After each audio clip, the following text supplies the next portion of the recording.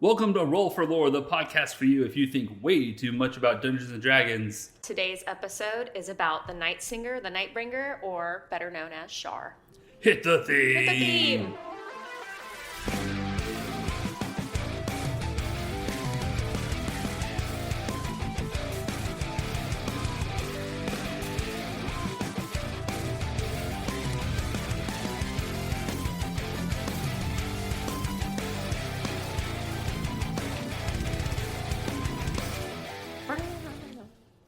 We do have a really cool theme song. I really love the theme song. It's my favorite part of our podcast. I just listen to that on loop in my shower. I can send you the MP3. Oh, please do. So there's a story behind the theme song. Okay. You're supposed to pay for theme songs? Oh, okay. Are we about to out ourselves? Yeah.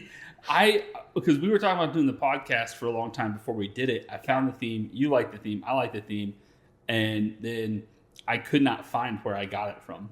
Oh. So I had never paid for it. Okay. So if anybody recognizes our theme, tell us so we can buy it. we will pay full price. We do pay. We are creators, so we pay creators. We don't want to rip anyone off. Yeah, because it is just some person like on a marketplace. But I spent like a good hour or two searching for it. Interesting. And also searching for any other theme. But this one's just so us. It's just so right. We want to give them a shout out. Yeah. So shout out to the mystery person. Yeah, it's a good theme. Sean, I really want to talk about something that's not related to D&D, but it has dragons in it. So can we talk about it a little bit? Okay, it's this game series called Dragon Age, and it's a really, really cool game series. And the fourth one, the long-awaited fourth one, is coming out on the 31st, and it's all I've been able to think about. They're dropping a video game on Halloween? Yeah. Oh, yeah. That's a bold move. This is good, and it's really exciting. Are you going to play in your costume? No, I don't even have a costume. Oh my gosh. You never got your costume? Yeah, okay. So, hard pivot, but I was supposed to be Wolverine and my boyfriend was supposed to be Deadpool. He bought like a movie quality Deadpool costume. Instantly made me feel inadequate because I was just going to buy some Amazon knockoff Wolverine costume. And then now I'm not buying anything. But that's okay. So what are you going as? Well, it's okay because our new plans are we're going to Austin and we're just going to like bar hop, but we're not going to be dressed up. So we're not really going to do it. He's going to save it for later. It's not going to be that big of a deal. You know what is always a good cheap costume just so you can be in the mood? Just buy the zombie face paint kit. You can wear your own clothes. That's true. You can just wear a cute outfit. You don't have to like do anything and just paint your faces. I have past year Halloween costumes too, and I have some Renaissance Festival costumes, and we'll figure something out if we have to go out. But I don't think we're doing any Halloween related activities this year, which is different. Besides drive to Austin. Besides playing Dragon Age. Okay, back around. Back to Dragon Age, yeah. So I'm very excited about that. So if I keep talking about Dragon Age and referencing Dragon Age, it's because that's my world right now. I'm replaying all the games from the start to finish on my computer. What is Dragon Age like? It's very, at least the first one is very similar to Baldur's Gate in some ways, just the play style. But it's not turn-based, but it's like a full action RPG, and you get classes and spells. And my favorite part about the Dragon Age series is the storytelling and how like decisions you make in each game influence the outcomes of other games and like how it ends and stuff. So it's pretty exciting. And something huge happens in the third game, and I'm not going to give spoilers, that is carrying on to the fourth game, and we've waited a long time for this moment. This sounds awesome. So if you're a Baldur's Gate fan and you've never heard of the Dragon Age series, like check it out.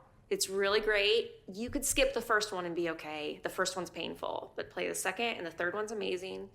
Didn't the first one come out when we were like in high school? Yeah, she struggles a little. I think I remember that coming out on like Xbox. Like it's stupid hard too. Like I have played video games since a very young age, thankfully, because my mom's really rad and she plays video games.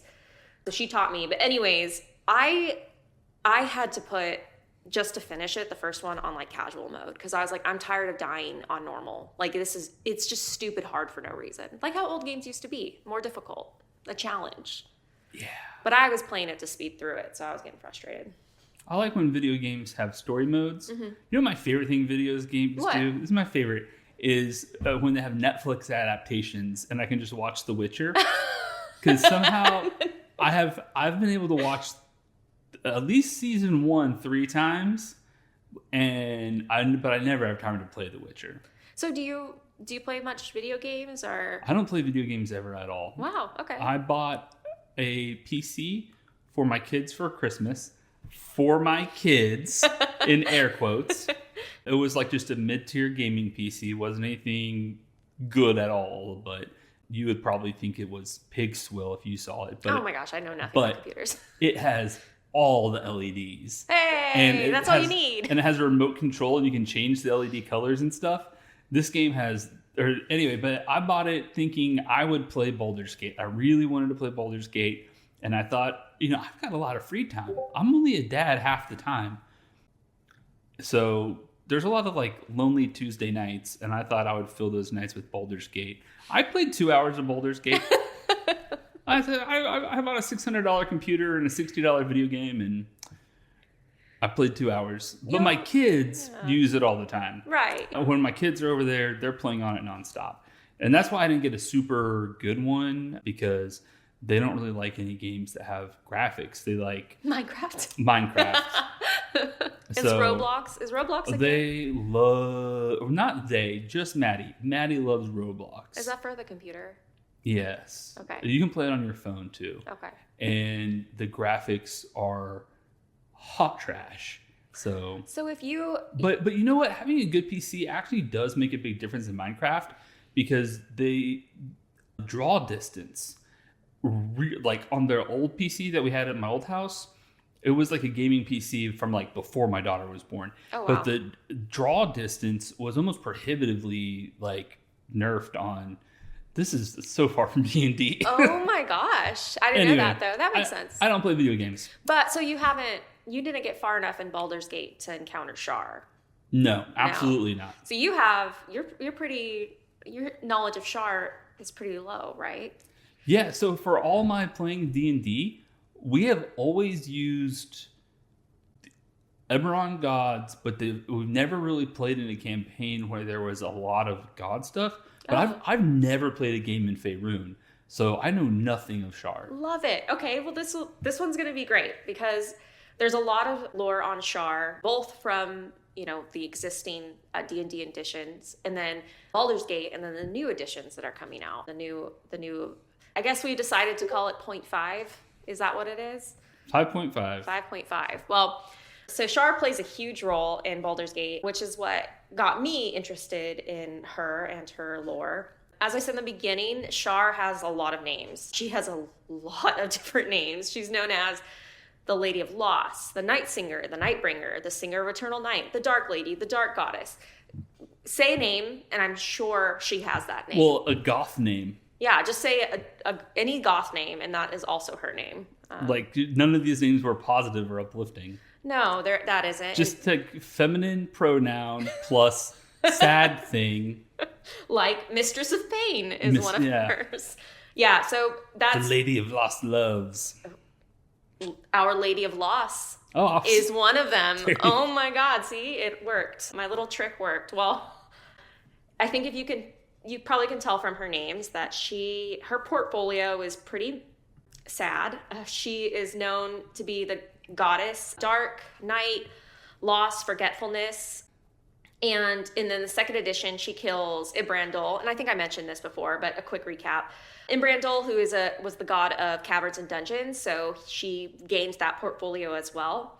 She rules over pains that are hidden but not forgotten. So she doesn't... The big thing that I think sums up what Shar is all about is she wants you to come to her with your sorrow and your pain and your despair, and she wants you to depend on her to relieve it from you. But she's not making you forget it. She's just making it go into the back of your mind so it can continue to bug you. I have a quick question. Yeah. One is that like an unhealthy codependent relationship that a lot of elder daughters have with their mother, like just in society in large. That's what Instagram would lead me to believe. Yeah. And also, what does she look like? I'm trying to picture, while you're talking about her, I want a mental image. That's okay, but great question. So Ed Greenwood didn't base Shar on any mythological deity that currently exists, which is important to note because you can't really compare her physically to anyone in existence or any goddess in existence. She's not like an Athena stand-in. No. She's her own thing. So she's the incarnation of depression. So I love that part of my notes.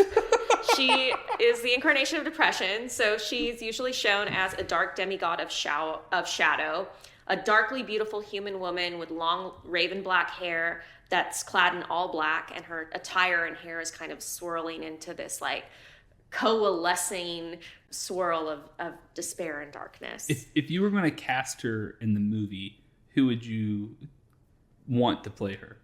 Oh my gosh, that's a great question. The first person that appeared in my mind is like the original from the Addams Family. Like, oh, the original Morticia? Yeah, the original Morticia. Just like great. This like strong, beautiful, like mysterious evil woman. Hey, if you know the name of the original Morticia, leave it in the comments on TikTok or Instagram, or you can leave comments on Spotify, which is rad. We got a comment on Spotify. Oh, we did? Yeah, we did. Who was it by? We need to start calling these people out. I forget. Was it my name? Was it me?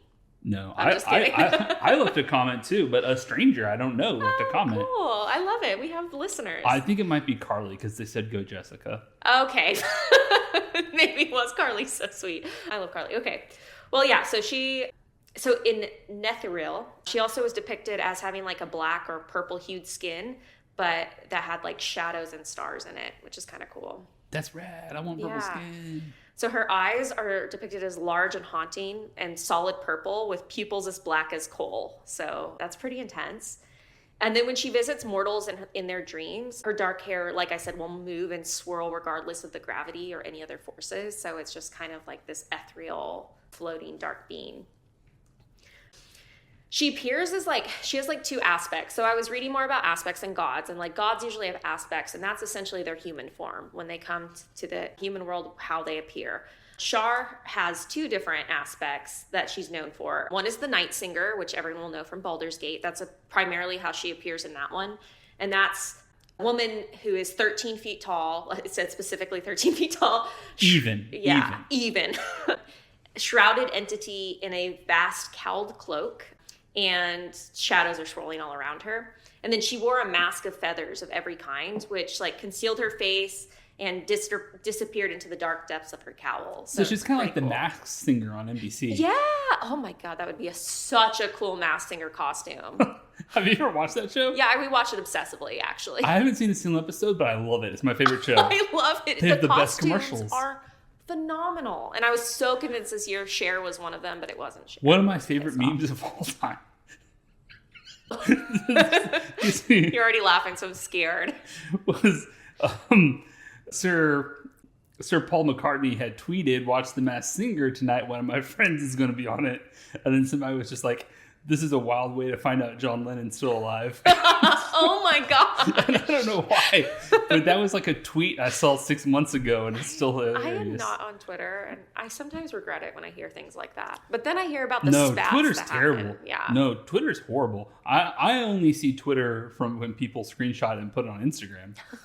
I was not on Twitter. Twitter's terrible. Twitter and Threads, not for me. Not for me. But so Night Singer's one. The other one is Dark Dancer. So this woman likes to sing. Oh, I didn't finish Night Singer. She would sing every word and that sound, and it's like a song of sorrow and loss, which would be kind of annoying after a while, I think. It says here hauntingly beautiful, but I would. She's like the anti-Taylor Swift. Yeah. Yes. Oh, I wish I could put that in Midjourney right now. Anti-Taylor Swift. So her second aspect is the Dark Dancer. She'll appear as a woman who is now 7 feet tall. Why is there a disparity? I don't know. Still taller than anyone else. I know. She'll have a lithe, the dancer's build, and be divinely beautiful, as any goddess would be. Kind of also like Taylor Swift. Yes, exactly. Her dance was graceful and beguiling, even erotic. So, Dad, plug your ears. Talking about erotic goddesses. Erotic goddess. So yeah, that's how she appears, which kind of like fits with her portfolio of loss, darkness, forgetfulness. So any dark thought you have in your mind belongs to Shar's domain. Shar's like special abilities that I would describe as like no other god or goddess has is anything that happens in darkness, whether that's a being or an object or an act, can be perceived by Shar. So if you like put your hand under the table and like flip it off, Shar will see it. Basically, the meme of every character in D&D always having dark vision, she's like the OG. I have dark vision. Ooh, I wonder if that's tied to her in any way. And for those of you who see D&D memes and are familiar with that little meme, just know the person in real life that is the most that is Jessica's boyfriend, Jordan. Yeah. And yes. I have dark vision. I have seen those memes. Those are good memes. And didn't he just get Devil Sight now, which is like the upgraded dark vision? It's like, who are you seeing, bro? Calm down. Oh, there's going to be things for him to see. Oh yeah. If a little DM tip, if a player has something they're proud of, make it useful. Like pink go-go boots. Literally, I'm not joking. The rest of our campaign, we only got 3 sessions left. It is going to take place in complete darkness. Oh, joy. I've got to invent things. Okay. I got to invent things. Oh, abilities. She can manifest as tendrils of darkness. Oh, sick. Yes, it's a cool ability. Like regular ones or erotic dark ones? tentacles. Okay. Yeah. So she also controls dark tentacles. Are those a monster in D&D just called dark tentacles? I don't know. Doom tyrants, which are like beholders, I think I read it. That's what they are. And then any shadow monster, she can control and disperse them into the world to spy for her. So those are her abilities and her divine realm. So this is where I'm like so glad that I talked about the cosmos and everything is when we get into these realms. So in first and second edition, her divine realm was the Palace of Loss, which was a tower without windows and doors. We talked about that a little bit, where people could like wander endlessly. Then when the crazy cosmology switched up in third edition, her palace moved to the plane of shadow, which is a different plane than where it was before. And everything else about it stayed the same. So she lives in a mobile home. It's a mobile home tower. They're all the rage in the realm space. Spell Plague during the 4th edition, a gaping dark hole, because I guess her tower gets destroyed. A gaping dark hole appears where that tower was. And then she made the Towers of Night her new home, which was floating in the astral sea, which whatever that means. And then there was a portal that connected the two. So the area where her tower used to be, this big hole or chasm, and then her new place in the astral sea. Then, like I had mentioned the cosmology episode, D&D was like, just kidding, that never ever happened. So that area, or I guess that realm or that existence, that's plane, whatever it's called, doesn't exist anymore. So we haven't been told where she lives now. So 5th edition's been going on for 10 years. Yes. And we don't know where. Not officially. The best guess, and everybody's guess, is the Shadowfell. Even in Baldur's Gate, Shadowheart refers to the Shadowfell as Shar's domain. So that's probably where her home is now. But one of the YouTubers that I watched, I want to give them credit for sure, because I watched their whole video. It was really great. Genghis Sean. Genghis Sean. I like this guy. He said that he reached out. He left a comment to Ed Greenwood about like, when are we going to learn about where Shar lives? And he said, wait till the books that are up and coming. So that's why we were looking up at lunch today. There is a player's guide and a dungeon master's guide. Well, maybe that's not the right word, but there's a 2 books coming out this time next year, late 2025, for Faerûn. Yeah. And we've already decided that when those books come out, we're going to start an epic, years-long, massive Faerûn campaign. Yep. Yeah. So we're hopefully going to learn more about her, but it's pretty much been surmised by people that what happened in Baldur's Gate is going to carry on to these editions of the book. So I'm guessing her home realm's Shadowfell. I don't know where I've heard it, but I have heard that Baldur's Gate is canonical. Yeah, I think it is too. I don't want to say I know 100% for sure, but I'm pretty positive. Yeah. Yeah. Did you know that the people who made Baldur's Gate aren't ever going to get to make a second one? I know. Yeah, But, I did. so like shortly after that was announced, though, I don't know if you heard this, though, that Hasbro, the parent company of Wizards of the Coast, the company that owns D&D, they raised $1 billion investment to start their own game studio.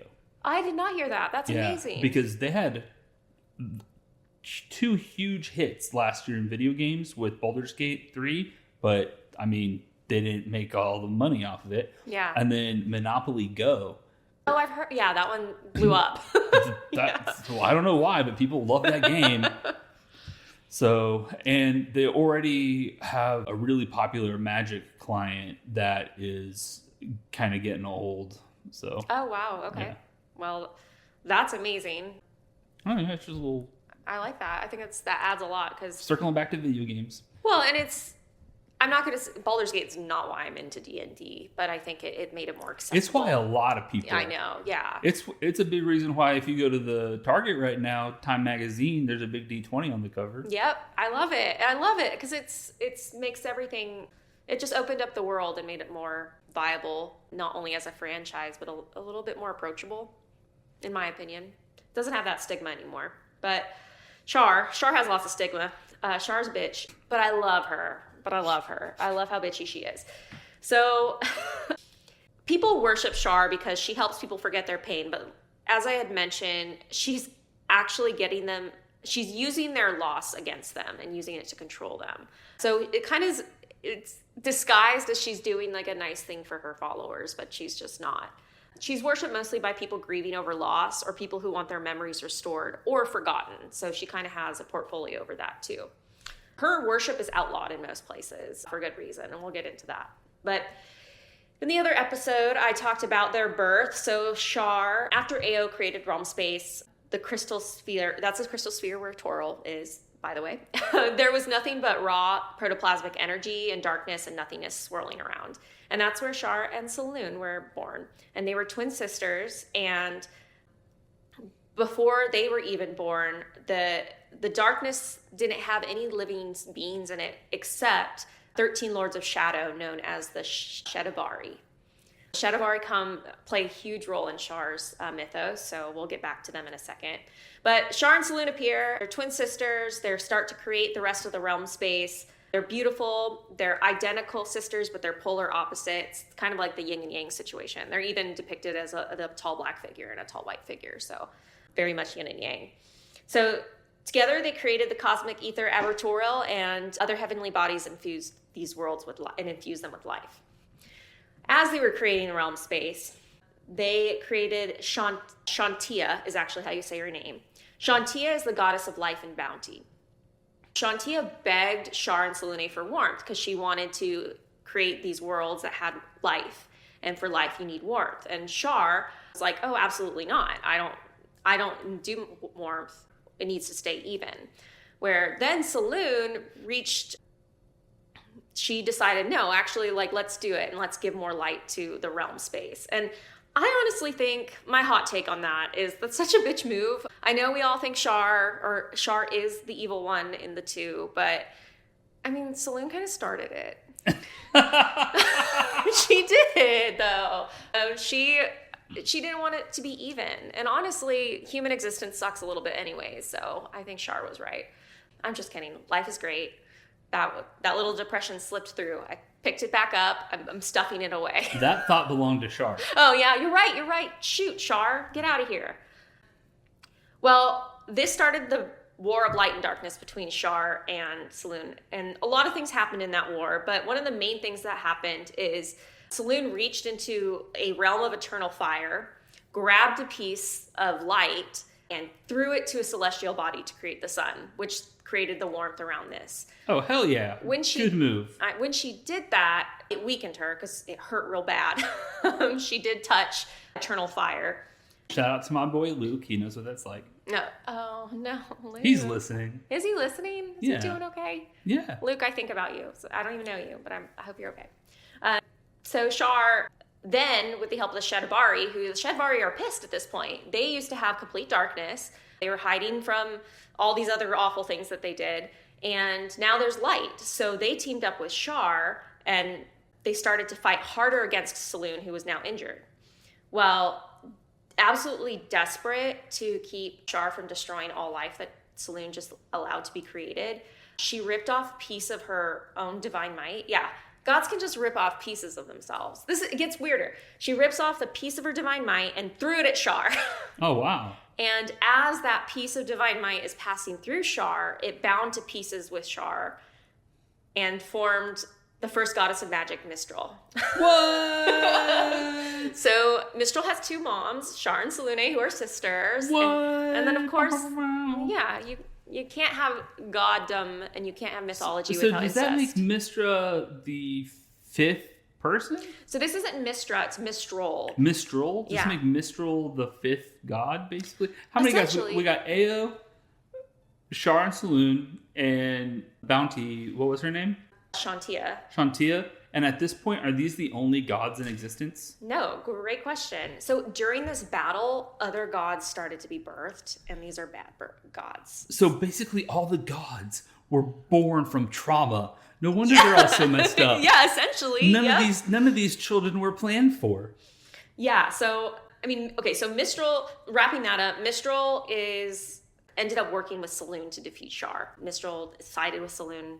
That it is what it is. But from that battle also came the gods of war, disease, murder, and death. So Tempest, who's the god of war and battle and strategy, Gargos, who's destruction, conflict, and slaughter, and Talona, who's disease, poison, plague, came from this battle. I feel like the sentence you just said, we're going to be referring to for the next year. Yeah, we are. Yeah. That's everybody stop, pull over your car, get out your notes app. This is integral. Will you please say that again? I already forgot it. So this battle, the gods of war, disease, murder, and death all appeared. Tempest, Gargaros, Talona, Baal, Merkel, Kelmanvor, they all were birthed from this battle between Shar and Selûne. Yeah. I have a question, Jess. Yeah, go ahead. When we play our epic Faerûn game, you want to play all clerics and just like mess with god stuff? Oh, that'd be fun. That'd be a fun... Yes. Yeah. Or maybe like clerics and paladins and like work for a church and have to go on god fights. Yes, that would be great. We have to like sew our own robes and everything? I don't know where that came from, but yes. Okay. Absolutely. I'm unclear if you're talking about in the game or real life, but both. Real life. Okay. Both. So clerics, yeah. I really wish we would have covered clerics because I don't know anything about clerics. But there's a little bit about clerics with Shar. You'll probably know more than me in that part. But that was the War of Light and Darkness, which is pretty much the beginning of the forever war that's happening between Shar and Selûne. Shar has always been a greater deity. And you know how I kind of harped on that last time? It ended up being because Shar, in this battle, she fared pretty well. Like, she wasn't injured. She gave birth to a child somehow. Like, that's the worst that happened to her. Whereas Selûne was really, really injured. So she's remained a lesser god almost all the way up until 4th edition. And then she started to regain power, and that's where she came back. That's so dope. Isn't that interesting? Yeah. But it's also about who your allies are. And true. she got the ally of Mistral, who's a pretty good ally. Yes. Yeah. And not only did... So Shar and Mistral, and I get into it a little bit in their other relationships between gods, but Shar and Mistral got along pretty well. They didn't hate each other. Like, that was her daughter or son. I couldn't really figure out if Mistral was a boy or a girl. I always thought it was Mistra. Well, so there is a Mistra. So Mistral gets murdered or killed, and from Mistral comes Mistra, the next goddess.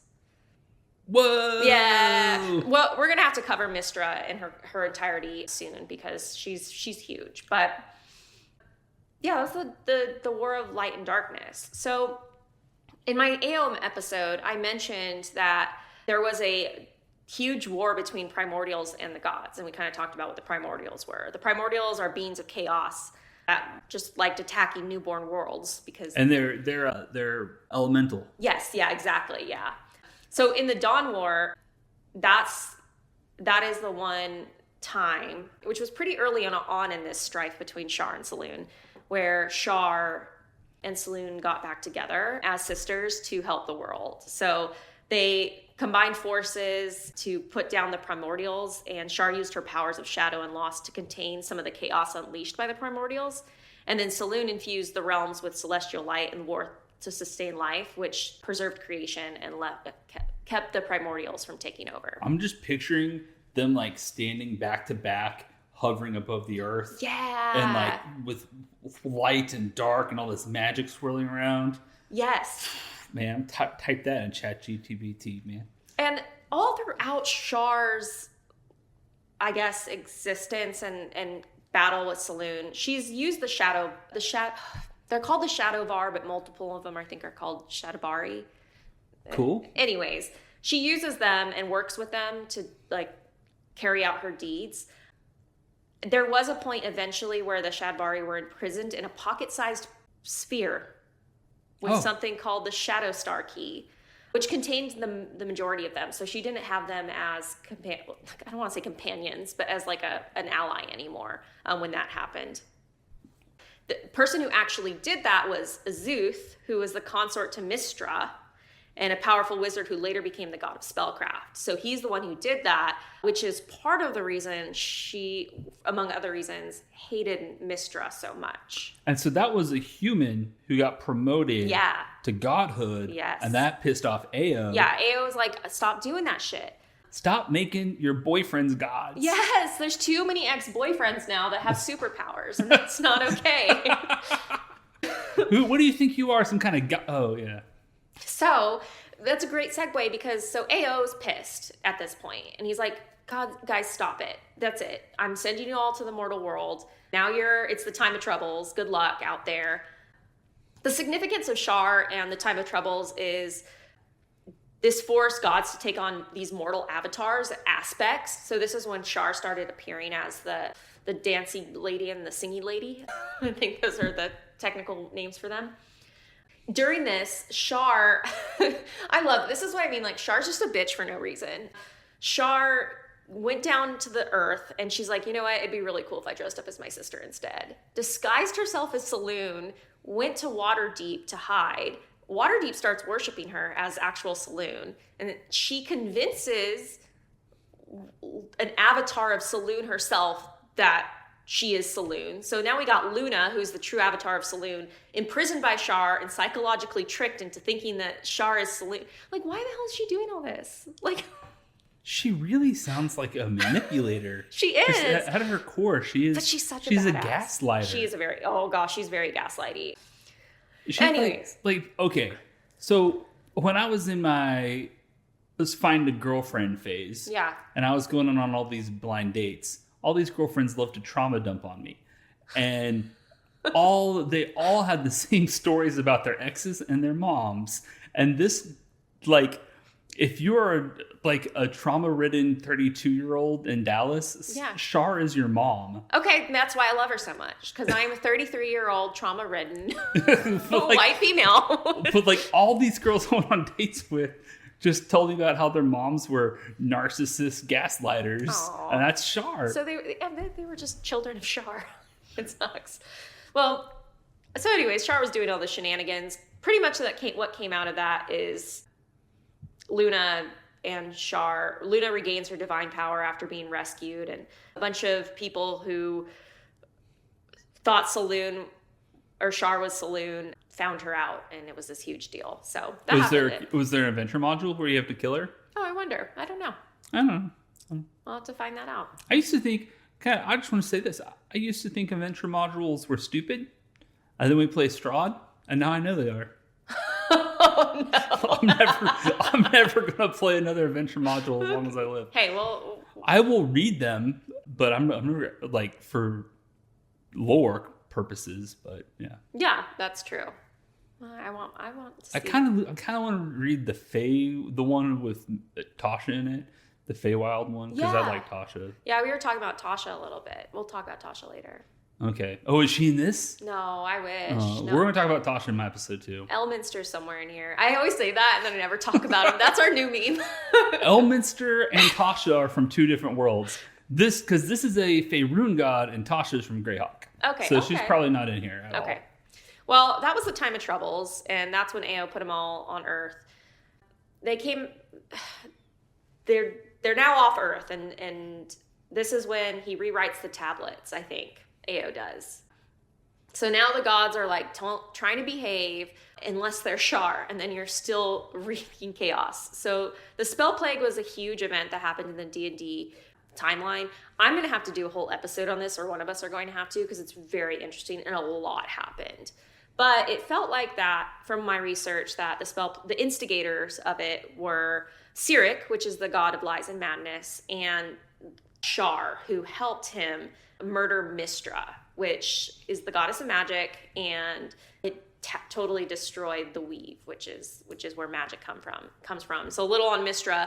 Mystra is the goddess of magic. She is magic. Magic is her. So when people pull from the weave, they're pulling from Mystra. Mystra has to give you permission to use the weave.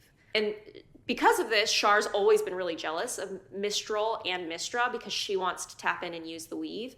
They don't let her do that. So she actually creates her own, which is called the shadow weave, which is the shadow between the spaces of the weave that we'll talk about in a second. You looked excited. You looked really excited. This is the best episode ever. No, it's not. This episode rules. Keep going. Okay. So they killed Mystra with Shar's help. Cyric had a long-standing hatred for Mystra also because they viewed the influence over the weave as a threat to his desire for dominance and destruction. So everyone just really alienated by Mystra. Like I got the feeling about that. These gods all were just really insecure about her. She does seem like the most powerful, best god. She's pretty cool. Oh gosh, and in Baldur's Gate, she's really sick. Okay, anyways. Like, hold on. I don't know about Baldur's Gate. Do you mean like sick cool, or is she under an illness?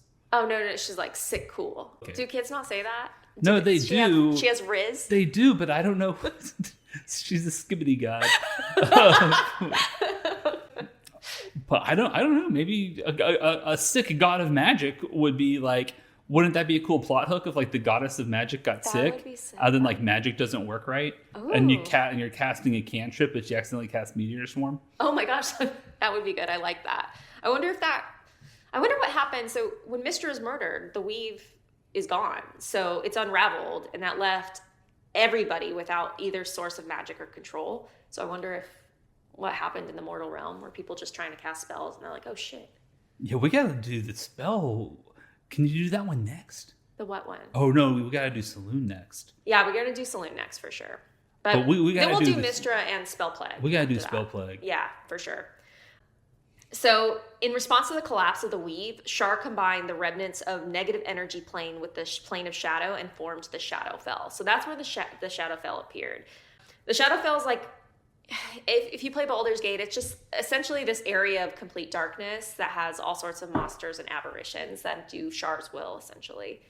No, the Shadowfell, like, I know how it interacts rules-wise, but like, is it a physical place, or is it like the ethereal plane? Is it like on top of the material plane, or is it its own physical location? I think it's Jordan's from there. It's a material plane because I'm pretty sure it's a type of plane. Okay, so, okay, because it's not like the Feywild. No, because when you're playing Baldur's Gate, especially, like it's essentially like the Shadowfell leaked into this one area of the world, and it was covered in darkness, essentially. Maybe I'm wrong. Oh well. Well, I should have learned more about the Shadowfell. Ask Jordan, he's from there. His character is He's from the Shadowfell? Yeah. Oh, then it has to be a different plane. Because he's from a different plane. He's a plane jumper. I don't know what I'm talking about. I'm making this up, which is fine because it's D&D. It's called Planeswalker. Huh? It's called Planeswalker, not Planesjumper. Okay, Planeswalker. No, I'm learning. Yeah. So Shar took advantage of the chaos during the spell plague, as she would. And during the spell plague, Shar starts taking advantage by essentially trying to suck up the powers of other gods, including her son. So she has a son, Mask, which is the god of shadows and intrigue. So Shar's trying to kill her son to take on his aspects, his portfolio, under AO's new rule. I don't like using the B word. The what one? I don't like using the B word. Oh, yeah. But that's the right word. I know. She's got a lot. I don't like using the B word, so I'll just say she's a cunt. But what's cool about this is Mask knew that his mom was going to do this. You can't let me just say that and skip over it and Yeah, not acknowledge it. You can't let me sit out there like that. I got to edit this all out now. No, you don't. No, Yes, I will. you have to keep it. No. Oh, so you get to call the shots and we get to cut things out? No. I mean, I'm the one who edits it. Okay, so. all right, that's fine. If you want to bleep it out, I'll understand. Okay, I'll beep it. Okay. I probably won't. It's too much work. That's too much work. She's killing her son. Mask knew this was going to happen. So he funneled part of his divine essence into an artifact known as the Black Chalice, which is a cool artifact. We have a couple artifacts we'll talk at the end. That has to be my fun facts because there weren't enough cool fun facts about Shar because her whole life is cool. So we'll talk about the Black Chalice. But that all happened during the Spell Plague. A lot of other things happened, but that was Shar's involvement. The Second Sundering. So this is when AO is just like, screw this again, and decides... Oh, that's when he decides to destroy the tablets and start everything else again. So she played a significant role in the conflict surrounding Cormyr, the Netherese Empire, and Myth Draenor. I'm saying these words because I'm sure that's important to some of you. I have no idea what the fuck those places are. But essentially everything she's doing during the Second Sundering is to undermine the Weave. Like, her existence is to hate Selûne and to mess with the Weave. That's pretty much all she does.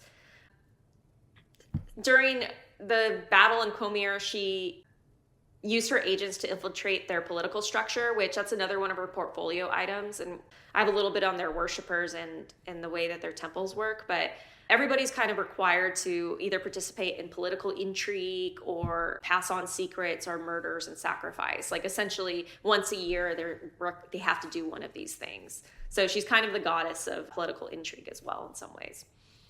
And then during the draining of the Mithrals and Shar's plot to control magic, which was in 1487 DR, through her agent, she aimed to drain the weave-rich Mythals in order to become a new goddess of magic. So she just really, really wants to be a goddess of magic. She's jealous. She's very jealous. And that's what she was trying to do all that before the new Tablets of Fate were renewed. So she was trying to make a portfolio as big as possible before AO wrote everything down. So I'm sure AO loved her, though, because it sounds like she's very true to her portfolio. So good job, Shar. All right. Any questions about that? It was a lot. Man, this was a wild ride. Well, we got a little bit more about their worshippers. Let's get into it. Let's get into it. And we'll talk about the Shadow Weave as well. Oh, yeah, let's go.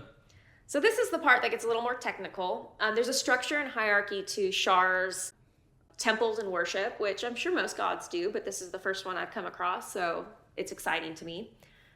So it has independent operations, which are like secretive and autonomous cells that operate outside of the church. But as I had mentioned before, everything with worship of Shar is outlawed everywhere. So all of their churches and their cells are like in secret. That's actually, even if it weren't outlawed, I think I read something that they would still be in secret because she's the goddess of secrets and stuff. So it's just meant to be. There's a rank system. The lowest on the rank system are adepts of night, which are like novice priests. Then there's watchers, which are the lowest priest rank. Then there's Hand of Shar, which lead like quests or battles and manage cells. They're essentially like soldiers of Shar. Then there's Dark Lord and Lady. They're usually senior cell leaders and hold a higher position. Then there's the Night Seer, which is the overpriest managing a region of cells. And then the Flame of Darkness, which is the highest ranking servant of Shar. Members address each other as Brother Knight or Sister Knight, and superiors as Mother Knight or Father Knight. So it's pretty cultish. That sounds dope. It sounds dope. You like that part? Man. So we're gonna need to have like a whole section on all these gods and what their cults are like, because that's like, yeah, I love this stuff. The cult stuff, yeah. So there's some specialty priests and practices as well. There's things called night cloaks, which they used to be called night bringers, but okay, that's all my notes say. So night cloaks exist. night cloaks. They're like regular cloaks, but for when it's dark outside. I know, I have more notes than that. That is just a ChatGPT screw up because I had more than that for sure. Anyways, All the faithful are required to, they're not allowed to share secrets with the outsiders. So that's why Shar's all weird about talking about, or not Shar, Shadowheart, which is one of the main characters in Baldur's Gate, who's a priestess of Shar. Oh, I didn't know Shadowheart. Yeah. And you know I started trying that romance with Shadowheart. Oh, of course. Yeah, of Who course. doesn't? So she doesn't really want to even talk about Shar, and that's because they're not allowed to. I was like, I'm going to click on this one. She seems like a bad idea. This part cracked me up. It was in one of the Gods and Divinities books, but it said that all Shar followers are required to cover moonlight whenever they encounter it. So if they walk into a room and the moon is shining through the window, they need to shut that window by all means necessary. Don't let the moonlight into that building. Okay. If they can't cover it, they have to avoid being in the presence of the light or in the direct light. It's not like it will burn their skin or anything. It's just kind of like otherwise Mormons and they drinking won't coffee. they won't get to say, "Oh, I've gotten dark vision." It's true. 60 feet. This is the other one that's so really makes Shar gaslighty. Followers of Shar are forbidden from planning ahead without clergy oversight. They're not allowed to have hopes and dreams because hopes and dreams, that's the antithesis of sorrow. So you can't have any hopes or dreams. You just have to exist. You know, for a lot of people are accidentally worshippers of Shar. I guess that's true. And they are all on Hinge. They've got some fun festivals. So, like I said, they're encouraged to draw more people into Shar's influence through political intrigue and strife. The Feast of the Moon is a popular holiday for all Faerûn. However, how did they say it? I should have written that down. The worshippers of Shar, they have their own names. I don't know what it is right now. They call it the Rising of the Dark, where they're required to do blood sacrifices and plot and discuss plots and plans for the rest of the year, which is pretty sinister. That's totally like, what holiday can we replace? We don't need Valentine's Day. I love that, yeah. Yeah, let's all do blood sacrifices. Have you seen that plot the downfall of our enemies? That movie. This is when I was writing this down, it made me think of it. What's that movie where there's one night out of the year and everyone's allowed to kill each other and do any crime? Oh, The Purge. The Purge, yeah. That's essentially one of these holidays. I think it's called, Kiss of the Lady is essentially the Purge. So the Kiss of the Lady is an all-night revel of slaying and dark deeds until dawn. That's the Purge. Sounds rad. I like the Purge. That's one of my favorite horror movies. Yeah. I've never seen it. Do you like horror films? I don't like horror films. I just now started liking horror films. I'm new to horror films. I thought I hated them. And then I saw the new M. Night Shyamalan, and I was like, oh, this is so new and so unique. Was it horror or was it more suspense? It was a little bit scary. And then I went and I saw The Substance. Yeah. That was horror for sure. Okay. That was phenomenal. I need to see a couple. But it's also got like a 90-something% on Rotten Tomatoes. Okay. Oh, so I can watch it tonight? Did you say it was in theaters? It's in theaters. Oh, I missed that part. Okay. Dang. You can still watch it. Torrent. I would never. Excuse you, your cough. I've been to your house. Yeah. And I've been to your gaming room. Yes. And I'm not going to ask you guys if you torrent, but I can make some assumptions. I can make Jessica, your head nods are inaudible. I don't do it because I'm lawful good, but you know what? The important thing is we would never torrent a D&D book. Absolutely not. I've actually owned physical copies and digital copies of the same book so I could play D&D online. They somehow figured out a way for me to have to buy the books twice. And I do it. I bitch about it when I do it, but I do it. I find if you do it 2 paychecks apart, it doesn't hurt. I really wanted to buy a mini today. We went to the gaming store today, and now I've got this new obsession with minis, even though... When I found out they have random packs... Yes. That was too much for me. I have to buy you that was the 50th anniversary ones. Can we open them together, like yes, nerds? we'll buy them. And then yes. Okay, it's, cool.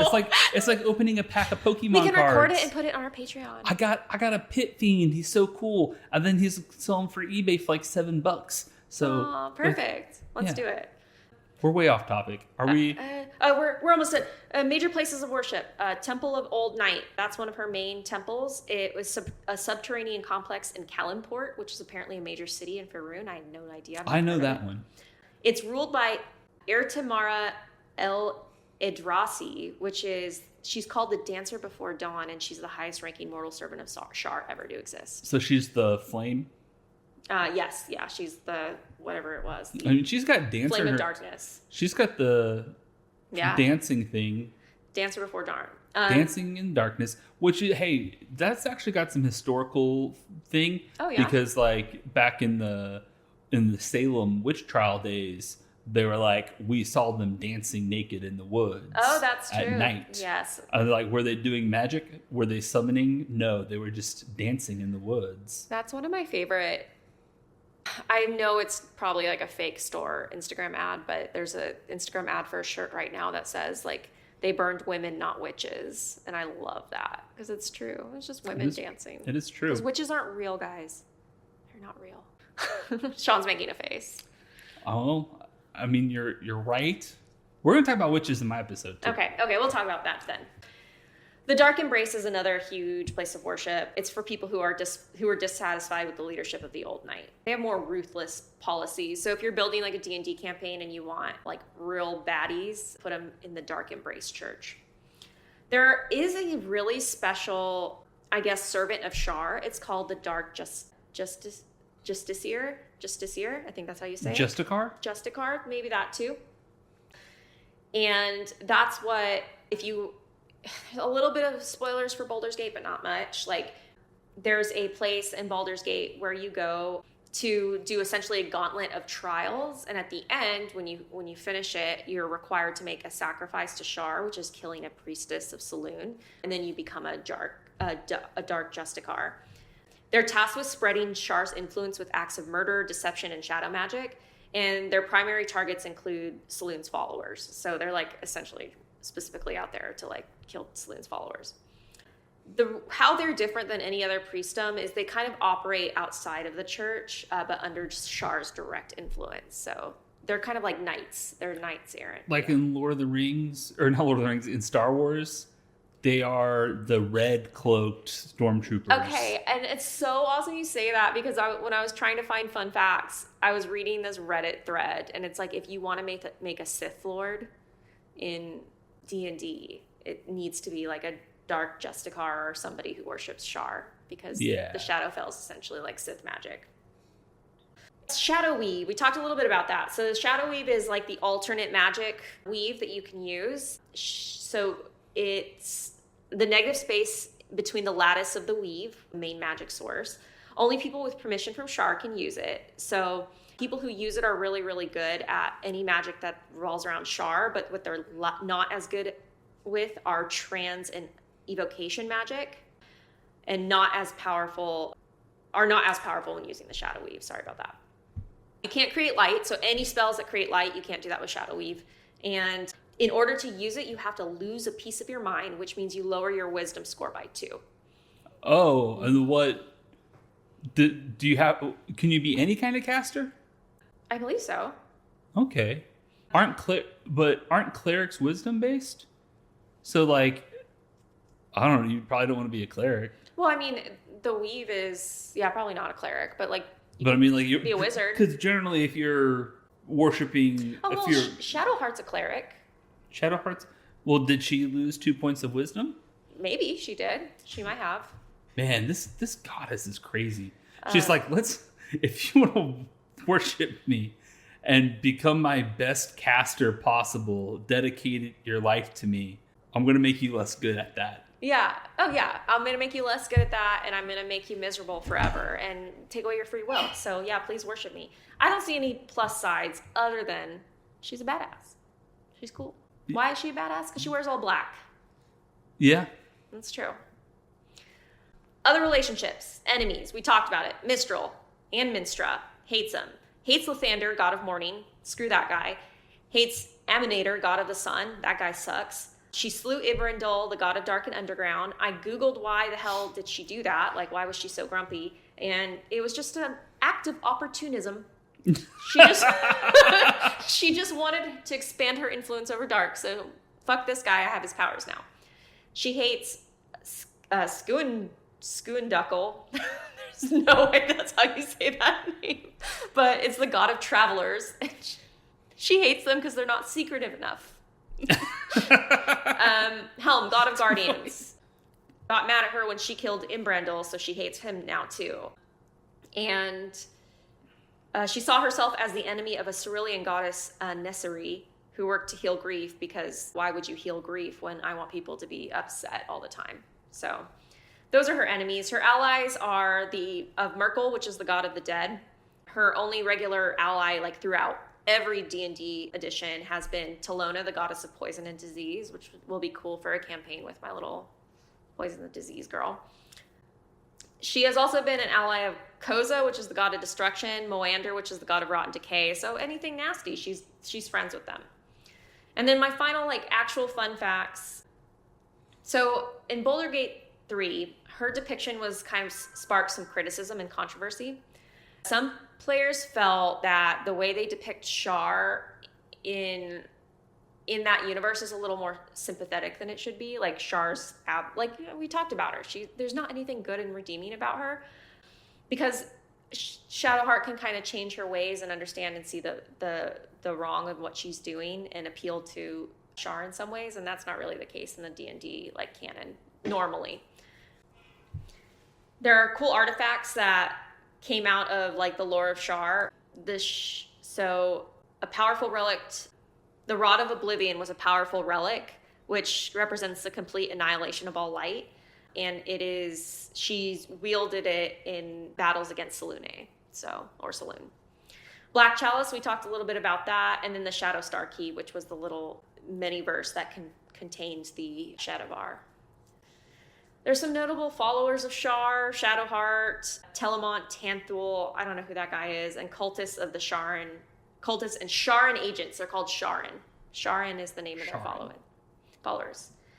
And literary comparisons. So this is what I wanted to end this on, because she didn't have any mythological comparisons. There's no gods in the Norse or Greek pantheons that are like Shar. However, there are several literary comparisons that are pretty close. Morgoth from J.R.R. Tolkien's is the first Dark Lord in Tolkien's world and the embodiment of evil, corruption, and ambition. That's kind of like Shar. Queen Jadis and the White Witch from the C.S. Lewis's Chronicles of Narnia, because Jadis holds sway over the land of Narnia for 100 years and plunges it into eternal winter, so eternal darkness. And that's all Shar's trying to always do is put everything in darkness and steal the weave. Thulsa Doom from Conan the Barbarian universe. Helia from the Marvel comics and Norse mythology. So the way that Marvel comics depict her is very much like what Shar is like. And she was played by, when I was asking you who you would want to play her. Oh yeah, who would you want? I was trying to remember the name of the actress who played Helena in the Thor movie. Yes. What is her? I can't remember her name. Didn't she also play the Winter Witch in... She just looks evil. No, but I'm pretty sure she did. Well, yeah, I forget her name though. Marvel comic. You're gonna hear that? Or Marvel movies, not Marvel movies, yeah. Thor. I don't know. You know who I would also cast as her? Helena Bonham Carter. Oh, okay. Oh yeah, this one's so good. Oh, that's so much better than mine. Yeah, I agree with you. Well, that's pretty much it. That's Shar. There's a lot. There's a lot about all gods, but... Well, I have a question. Yeah, please. What is her alignment? Her alignment is chaotic, evil, neutral evil. Neutral evil? Yes. Okay. And then portfolio. Also, just this question might be a yes or no answer, or it might be a whole conversation. Yeah. But she is the most evil god, right? She is, of the evil gods, she is the most evil, right? I would say so, yes. Do you think it says anything, or does it matter to you at all as a woman that it is a woman who is the... Maybe if because they definitely stuck with Ao as the big man with the beard, and then Selûne. But Selûne is not. I mean, Ao's neutral. Yeah. But and Selûne is the top dog good god. Yeah. So I guess it's kind of, I don't know. It's kind of equal, but there's still Ao above them. Yeah, I do. So I think if it weren't for the fact that there were essentially twin sisters that shared the responsibility of good and evil, yeah, I'd probably be like, what the hell? Why does the woman always have to be the evil sorceress, essentially, like you said, that sorcerer episode? It's always the evil temptress, the beautiful, dark, mysterious woman that comes in and does all the evil. But no, now it's just a jealous sister. Yeah. If you were to build like a character that worshipped Shar or like had some sort of affinity or relationship with Shar, what do you think you'd build? Oh, like as an NPC or as a player character? Let's do a player character. Well, so one, I don't want to play an evil character, but I will. If we're playing an evil game, geez, okay, so I like the secrets and the plotting part. So Yeah. I'm leaning, and I like bards. So this actually might be a good lore master bard, even though the lore master is mechanically the weakest of the bards. I mean, the lore master's ability is basically talking trash to people, or maybe it's knowing their secrets. Ooh, okay. So I can throw my enemies off balance and like make them, I think, basically take a negative D6 to their rolls by like whispering like, I know it was you who slipped, I don't know, what's a secret? Oh, gosh. Like basically like the king has a legitimate son that he's hidden away. Yeah. Oh, I was far from the microphone. That's okay. But like I got this new AI editing software. We're so good. Did you notice in the last episode how much better you sounded? I did a lot. Yeah, I did. I thought I was just being loud. I was like, Jesus, Jessica, calm down. I edited you like I edited Curtis and I for the first couple episodes. And then I was listening to it and I was like, you sound more masculine than you do in real life. And I was like, oh yeah, because I'm editing her like she's Curtis from Oh, okay. And then so I did it totally, I just wiped all the presets and did it totally different. I used totally different effects on it. Okay. And so I thought you sounded more feminine. I liked more true to life. I liked the way I sounded, and I should have mentioned it to you. I just, like I said, I thought I was like too close to the mic or something. I was like, why do I sound so different? You sounded better. But I would play a lore master bard. I like that. Who just yells secrets at people to make them slip and fall. What would your instrument be? Or I guess you're a lore master, so you don't have to have an instrument. No, I would have an instrument, but what's the most like maybe what instrument?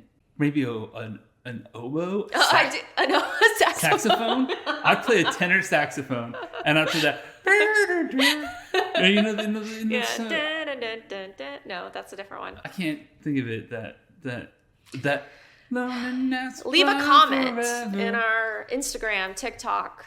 What would you do? What would you build? Yeah, what would you build? Have you built one based on like Shar? Did you play a run through of Baldur's Gate where you played somebody who controlled the shadow weave, or were you sympathetic to Shar in that? Like, what's the choices that you decided to make? If I could do one, I would want to do, I wish I knew more classes or knew more about them. It'd be kind of fun to do. I'm all about monks lately. I don't know why. The new monks are so busted. Yeah. I think I'm saving them for last. Okay. No, I'm saving Barbarian for last. Well, because I think I want to play monk. Oh my gosh, the new monk makes all my anime dreams come true. Oh yay! They have a One Punch Man. They've got a just a ninja monk. They got a Avatar monk. I want to play the Avatar monk so bad. Yeah. I'm so excited for you to run. I want to my characters are going to die every couple sessions. I want to play so many characters. No, that's what I would do. Some sort of monk, like uses the shadow weave to throw mad punches or something. Yeah, I think Shar's really cool. A shadow weave monk? Yeah. Oh, because there's already one of the monks that jumps in between shadows and you can teleport from shadows. Oh, really? Okay, perfect. Yeah, one of the monks can teleport from shadows. Hell yeah. It's like I already knew that, but I didn't. Yeah, so that's Shar. I think I like her, and why I keep saying she's a badass, because I don't condone gaslight, manipulation, murder, or treachery. It sure sounds like you. No, but it's just, she's really well written as a villain. I think she's really complex. She is the typical wants to do bad at all costs, but there's like a lot of layers to her story, and like especially if you want to pick it apart and create something bigger out of it, like you can always go back to that chaos she has with her sister, because they love each other, but they're like in this eternal strife. Or you can go to her killing her son Mask, or like she just has all of these things that you can really build a campaign around. And I think that's why I think she's a badass. I love it. Yeah. Well, that's it. I talked a lot about this one. This was fun. This was our best episode yet. Absolutely. This is when we set out to make this podcast. This is what I was dreaming of. Oh, okay. Well, great. Yeah. We're gonna only get better from here. Can I do a couple shout outs? Yeah, for sure. Let's shout out. So first of all, if you have anything to tell us, if you want to correct us on anything, or you want to contribute or anything, you want to tell us about your characters, we'd love to hear from you. Best way to do that is to contact us through our Patreon. Patreon's totally free. Get on Patreon. You can comment on episodes. All of our notes, and you should see Jessica's notes. Jessica's takes this. I looked at this ahead of time. This was 11 pages of notes. It's crazy. We put those all up as PDFs. We also have a bonus episode that comes out every other week, free. All of this is free. And also I post the uncut episodes up there too, which, let's be honest, they're all uncut. That's why I was like, what is the difference between eventually I'll start editing this. Okay. Eventually. Okay. Probably not. But yeah, so if you want to tell us anything or check out all that free content, it's all available on Patreon for free. Do not charge anything. Whole extra episode every other week for free. I also want to shout out to Maddie G, one of my internet friends who has been there for me through thick and thin. And this guy is the coolest guy I know in real life or the internet. He does, UFC fighting? Yes. Okay, imagine that, but wearing full plate armor and carrying a sword. Oh, that's cool. It's like the gym I went to. You used to go to a gym like that? Yeah, I remember. It was like, what if it's the same gym and I met him? I think he lives in Atlanta. Okay, never mind. But there's one, remember right when I started working at Tronic, I went to one of those gyms, and you like dress up in full armor and you hit each other with swords, but it's like competitive. It's serious shit. So it was so fun. So Maddie G like competes, like real competitions doing that. And got his shin broke one time. Oh my God. Or was it both shins? Oh my God. But yeah, he broke at least one shin. It's still awful. Yeah. So this is a hardcore dude, and he likes our podcast, and that makes me feel good. I like him. And we met because we're in the fandom of another podcast that has a tradition where every week they have a clapper of the week. They call their fans clappers. So I just want to say, Maddie G, you're the clapper of the week. Every week in my heart. You even beat my mom to the Patreon. So you're our first number one fan. You beat me to the Patreon. Yeah. I signed up specifically so I could respond. And then also I want to shout out Pair of Dice Podcast. I've been making friends with them on the internet. I said, hey, I really love you guys a lot. They are hilarious. They're playing through Barovia right now, through Curse of Strahd. They have a great mix of humor and actually playing and moving the story forward. Some podcasts struggle with that. These guys nail it. It's a great listen. Yeah, so shout out to Pair of Dice. Pair just spelled out of sound. Go find them, listen to it. I think they're actually only on Spotify. Okay, cool. Shout out to our Spotify. So those are our shout outs. Do you have any shout outs? I want to shout out I mentioned him in a previous episode, but I do want to shout out Holden, because Holden is a dear friend of mine, and they let me rant and rave about my podcast for almost an hour last night. So they deserve a shout out. But they've also been a huge, huge fan, has texted me a couple times about it, and it makes me feel really supported. So yeah. If you guys want to do anything to help us or support us, just interaction on the Patreon is the best place to get it. But I mean, if you leave us reviews anywhere, that just makes our day. Like, I will be ear to ear and tell everyone I meet if I get an iTunes review. So we've got this. We can do it. Yeah. Well, thank y'all. It's been real fun. All right. Thanks for rolling with us. Thank you for rolling with us. See you next time.